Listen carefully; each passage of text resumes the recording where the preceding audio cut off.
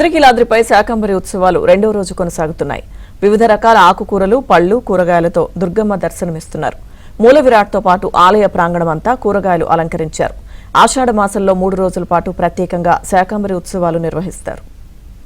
మరింత సమాచారం మా ప్రతినిధి లీలా అందిస్తారు.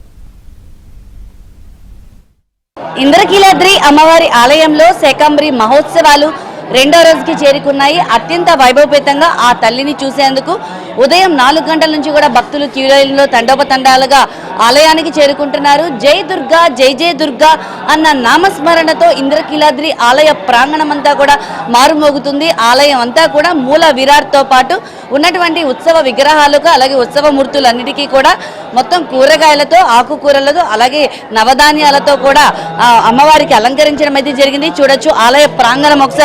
మీకు ఒకసారి విజువల్స్ లో చూపించేటటువంటి ప్రయత్నం చేస్తాము. శాకంబరి ఉత్సవాలు అంటే ప్రతి ఏడాది అత్యంత వైభవపేతంగా ఆషాఢ మాసంలో ఈ ఉత్సవాలని నిర్వహిస్తూ ఉంటారు. ఈ ఉత్సవాలని తిలకించేందుకు కూడా రాష్ట్రం నలుమూలల నుంచి దేశవ్యాప్తంగా భక్తులందరూ కూడా ఆలయానికి చేరుకుంటారు. ఇక్కడ ఉన్నటువంటి ఆలయంలో ప్రత్యేకంగా చూడొచ్చు, మనకి ఇప్పుడు ఉన్నటువంటి లోపలికి అంతరాలయ ప్రవేశానికి ఉన్నటువంటి మెయిన్ మార్గము. ఈ మార్గాన్ని అన్నింటినీ కూడా మొత్తం వెజిటేబుల్స్ అన్నిటితో కూడా పూర్తిగా అలంకరించడం అయితే జరిగింది. ఈరోజు చిరుధాన్యాలతో కూడా అమ్మవారికి అలంకరించడం అయితే జరిగింది. మరి కొంతమంది భక్తులతో అసలు అమ్మవారికి దర్శనం జరగడం ఎలా ఉంది, అమ్మవారిని దర్శించుకోవడం ఎలా ఉందని మాట్లాడదాం. అమ్మ చెప్పండి, అమ్మవారిని దర్శించుకోవడం ఎలా ఉంది? చాలా బాగా జరిగిందండి, అన్ని వసతులు బాగున్నాయి, బాగా జరిగింది. శాకంబరి దేవిగా ఉన్నటువంటి అమ్మవారిని దర్శించుకోవడం మీకు ఎలా అనిపిస్తుంది? చాలా బాగుందమ్మా. ఆయన కోరికలన్నీ మనకు కోరిన కోరికలు నెరవేరుతాయి. తల్లి మహిమగల తల్లి. అయితే ఈ ఆషాఢ మాసంలో ప్రత్యేకంగా శారీని కూడా తీసుకొస్తూ ఉంటారు.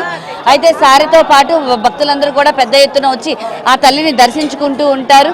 అయితే చూడొచ్చు, చాలా మంది మహిళలు వచ్చి దర్శించుకోవడం అయితే జరుగుతుంది. చెప్పండి అమ్మ, ఎక్కడి నుంచి వచ్చారు? మేము విజయవాడ పాల్పేట.